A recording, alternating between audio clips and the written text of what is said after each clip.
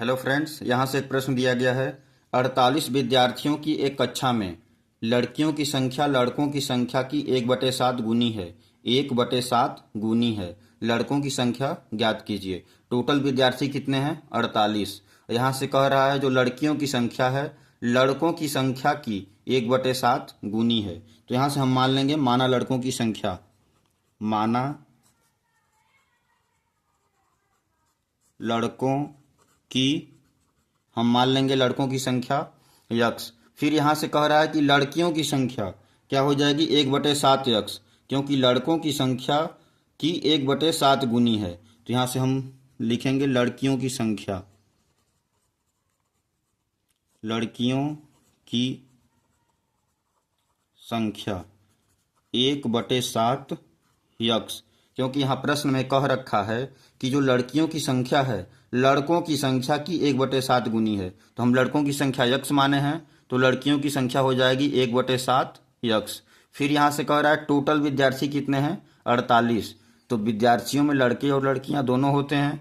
तो यहाँ से हम लिखेंगे x प्लस प्रश्नानुसार। यहाँ से हम लिखेंगे प्रश्नानुसार।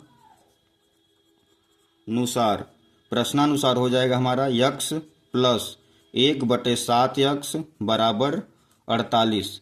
क्योंकि विद्यार्थियों में हमारे लड़के और लड़कियां होती हैं, तो लड़कों की संख्या यक्स हो जाएगी, लड़कियों की संख्या 1/7 यक्स। तो यक्स प्लस 1/7 यक्स बराबर 48। टोटल कितने विद्यार्थी हैं? 48। अब इसको हम हल करके यक्स का मान निकाल लेंगे। तो यहाँ से बटे 1 कर लेंगे। तो यहाँ से लस 1 और 7 का एलसीएम कितना आ जाएगा? 7। तो यहाँ से हो जाएगा हमारा 7 बटे 1 का भाग दे देंगे 7 में तो 7 आएगा। फिर 7 का यक्स में गुणा कर देंगे तो 7 यक्स प्लस 7 का 7 में भाग देंगे तो 7 1 का 7 1 आएगा, और 1 का यक्स में गुणा करेंगे तो 1 यक्स, यानी कि यक्स बराबर 48।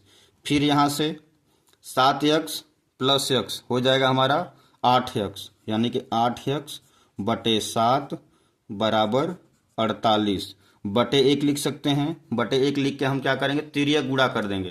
तिर्यक गुणा, तो 1 का 8 यक्स में गुणा करेंगे तो 8 यक्स, और 7 का 48 में गुणा हो जाएगा, यानी 1 का 8 यक्स में 7 का 48 में। तो यहाँ से हो जाएगा हमारा 8 यक्स बराबर 7 गुणित्ते 48।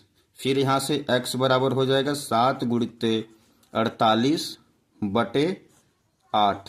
अब भाग दे देंगे तो 8 1 का 8, 8 छक्का 48। यहाँ से बचेगा ऊपर 7 का 6 में गुणा कर देंगे, 7 छक्का 42, यानी कि यहाँ से x का जो मान आ जाएगा x बराबर 42।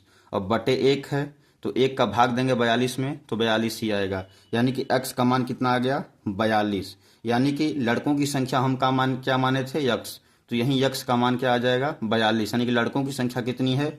42। और यही हमें प्रश्न में पूछ रहा है कि लड़कों की संख्या ज्ञात कीजिए, यानी कि लड़कों की संख्या यक्स माने थे, तो यक्स का मान 42, यहीं हो जाएगा लड़कों की संख्या 42, यहीं हो जाएगा इसका आंसर। ओके, धन्यवाद।